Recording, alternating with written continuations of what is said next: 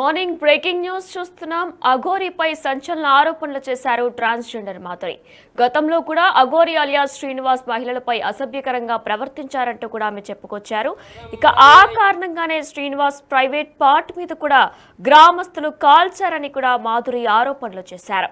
Private part damage అవడంతోనే తీవ్ర అనారోగ్యానికి గురయ్యాడు శ్రీనివాస్ అని కూడా ఆమె వెల్లడించారు. ఇక దీనిపై ట్రాన్స్జెండర్లు సంప్రదించాడు. అప్పట్లో వారి సలహాలతోనే సర్జరీ కూడా చేసుకున్నాడు అఘోరి అలియాస్ శ్రీనివాస్ అని ట్రాన్స్జెండర్ మాధురి ఆరోపణలు చేశారు. ఇక అఘోరి పుట్టుకతో ట్రాన్స్జెండర్ కాదని కూడా మాధురి చెప్పుకొచ్చారు. అసలు శ్రీనివాస్ కామానికి హద్దు లేదా అంటూ కూడా ఆగ్రహం వ్యక్తం చేశారు. దేవుడు తప్పకుండా అఘోరి అలియాస్ శ్రీనివాస్ ని శిక్షిస్తాడంటూ కూడా మాధురి ఈ రకంగా కూడా ఆమె సంచలన ఆరోపణలు చేశారు.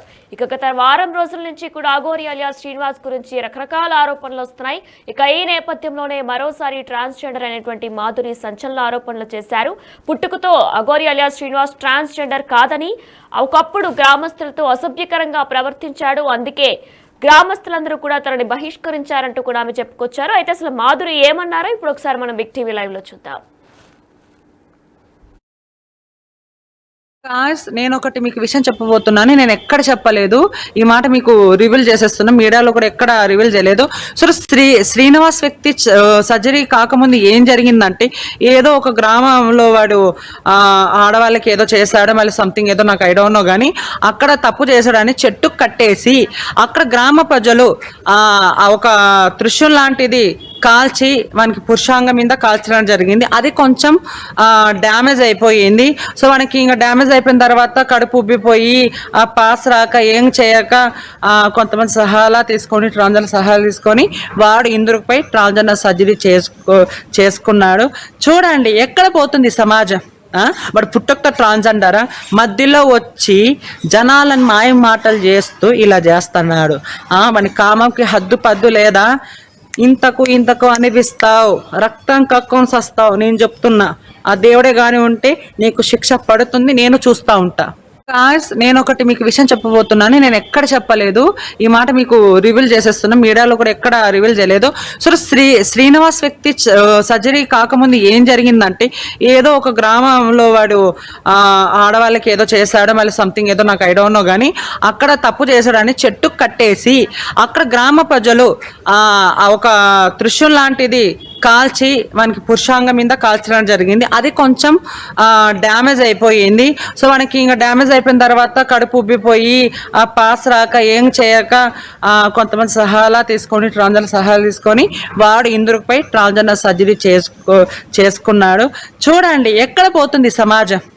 వాడు పుట్టొక్క ట్రాన్స్జెండరా, మధ్యలో వచ్చి జనాలను మాయ మాటలు చేస్తూ ఇలా చేస్తున్నాడు.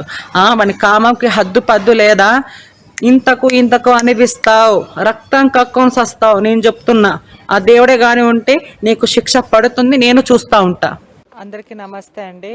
మనం కొద్ది రోజుల నుంచి చూస్తూనే ఉన్నాము, అఘోరి అని ముసుగేసుకొని జనాలని మాయ మాటలు చెప్తూ నమ్మిస్తూ, నేను అది ఇది అని ఏది తను చెప్పిన దాంట్లో ఏదో ఒక క్లారిటీ కూడా లేదు. ఫస్ట్ ఆఫ్ ఆల్ అడిగిన క్వశ్చన్స్ ఆన్సర్ ఇవ్వకుండా నేను అఘోరాని అది ఇది అనడము, ఆ జనాలు అప్పుడు నేను కూడా చెప్పాను నమ్మకండి అని చెప్పాను, కానీ జనాలు నమ్మే స్థితిలో లేరు. ఎందుకంటే అఘోర ఇవాల్టి రోజు ప్రతి ఒక్కరు కింద కామెంట్స్ లో చూసుకుంటే అఘోరని చాలా అంటే కామెంట్స్ పెడుతున్నారు, ఎందుకు ఇలా అలా అని.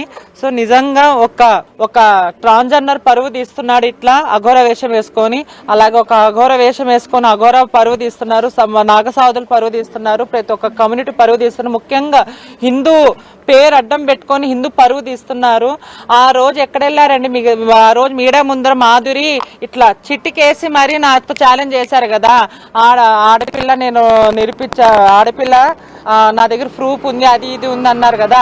మళ్ళీ ఈరోజు తను ట్రాన్స్ అని తెలుసు, శ్రీనివాస్ అని తెలుసు, తను ఏమేమి అని తెలుసు. మళ్ళీ ఈరోజు ఎవరు వచ్చి మాట్లాడట్లేదు, ఏం నోర్లు పడిపోయాయి కొంతమంది. ఆ రోజు అఘోరా అన్నారు, ఈ రోజు ఎక్కడిపోయినా నోర్లన్నీ సనాతన ధర్మం పేరు అడ్డం పెట్టుకొని ఇదా నువ్వు చేసేది. శ్రీనివాసుగా నువ్వు ఎంతమంది అమ్మాయిలని మోసం చేసినా మేము క్షమించను, ఊరికనే ఉండేది లేదు. నువ్వు ఎక్కడున్నా కానీ నీకు శిక్ష పడాల్సింది. ఆడపిల్లలకు న్యాయం ఆడపిల్లలకు రక్షణగా ఆడపిల్లలకు రక్షణగా అంటే నువ్వేం చేస్తున్నావు? పరువు తీస్తున్నావు నువ్వు. అసలుకి నువ్వు మనిషివేనా? లేకపోతే కడుపుకి ఏం తింటున్నావు? ఏం కథ అసలుకి? సమాజానికి ఏం మెసేజ్ ఇద్దాం అనుకుంటున్నావు? ఎన్నో రేపులు హత్య జరుగుతున్నాయి, ఎన్నో మడ్డలు జరుగుతున్నాయి. దీని గురించి స్పందించక సనాతన ధర్మం విని విని విని జనాలు ఒకటి ఇది అనుకుంటున్నారు. ఆ సనాతన ధర్మం అంటే నీకు తెలుసా? అసలు ఏంటో తెలుసా? అంటే కాశీలో ఉన్నాను, నేను అక్కడున్నాను, ఇక్కడున్నాను అనే. సనాతన ధర్మం అంటే జనాలలో మంచి చేసే సనాతన ధర్మం, నీలాగా ఫేక్ లాగా చేసేది కాదు. ఆడపిల్లలకి న్యాయం చేద్దాం అంతే అండి. ఓకే, అందరికీ నమస్తే అండి. మనం కొద్ది రోజుల నుంచి చూస్తూనే ఉన్నాము అఘోరి అనే. నేను ఒకటి మీకు విషయం చెప్పబోతున్నాను. నేను ఎక్కడ చెప్పలేదు, ఈ మాట మీకు రివీల్ చేసేస్తున్నా. మీడియాలో కూడా ఎక్కడ రివీల్ చేయలేదు. సో శ్రీనివాస్ వ్యక్తి సర్జరీ కాకముందు ఏం జరిగిందంటే, ఏదో ఒక గ్రామంలో వాడు ఆడవాళ్ళకి ఏదో చేశాడు, మళ్ళీ సంథింగ్ ఏదో నాకు ఐ డోంట్ నో, కానీ అక్కడ తప్పు చేశాడని చెట్టు కట్టేసి అక్కడ గ్రామ ప్రజలు ఒక త్రిశూల్ లాంటిది కాల్చి మనకి పురుషాంగం మీద కాల్చడం జరిగింది. అది కొంచెం డ్యామేజ్ అయిపోయింది. సో మనకి ఇంకా డ్యామేజ్ అయిపోయిన తర్వాత కడుపు ఉబ్బిపోయి పాస్ రాక ఏం చేయక కొంతమంది సహాయాలు తీసుకొని వాడు ఇందుకుపై ట్రాన్స్జెండర్ సర్జరీ చేసుకున్నాడు. చూడండి ఎక్కడ పోతుంది సమాజం. వాడు పుట్టొక్క ట్రాన్స్జెండరా?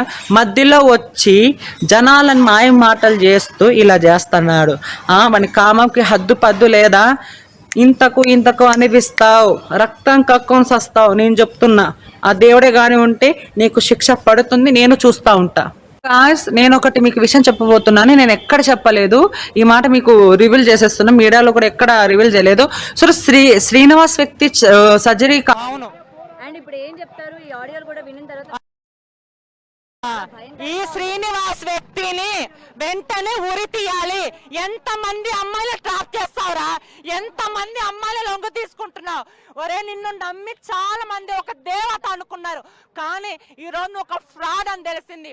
ఇప్పుడు ఒక అమ్మాయి వచ్చింది, మొన్న వర్షని నీ నోరుతో నీ పాపం నోరుతారా అన్నావు. ఇంకా మిగతా 10 మంది ఉన్నారని.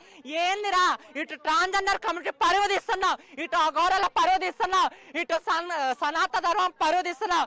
హిందూ సోదరులారా ఎక్కడెళ్ళారో ఆ రోజు షిటికేసి మరి నన్ను ఏంది మాదిరి అన్నారే ప్రియా చౌదరి మేడం గారు. కొంతమంది ట్రాన్స్జెండర్లు కూడా ఆ రోజు నన్ను చాలా తిట్టారే. మళ్ళీ ఈ రోజు ఎక్కడ రాండి?